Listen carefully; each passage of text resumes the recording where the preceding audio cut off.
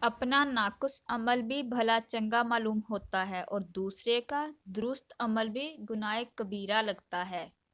Degree تو ایسی ہونی چاہیے جو آپ کو باوقار اور باحیا باحجاب بنا دے، نہ کہ ایسی جو آپ کا حجاب تو ایک طرف، آپ کے سر سے دوپٹہ بھی اتروا دے۔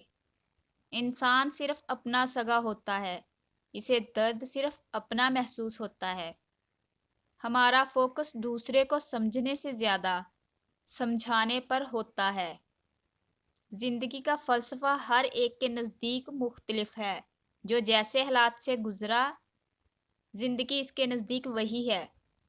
عزت کے بغیر دنیا کی کسی محبت کا کوئی وجود نہیں۔ اخلاص کی بھی ایک حد ہے۔ اگر اخلاص بھی حد سے گزر جائے تو اسے انسان کی کمزوری اور بیوقوفی سمجھا جاتا ہے۔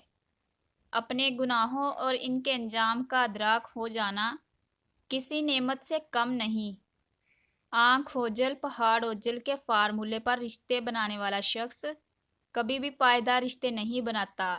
اس کے لیے سب کچھ محض وقتی ہوتا ہے۔ جو شخص ہر کسی کی ہاں میں ہاں ملائے، اس کی اپنی کوئی رائے نہیں ہوتی۔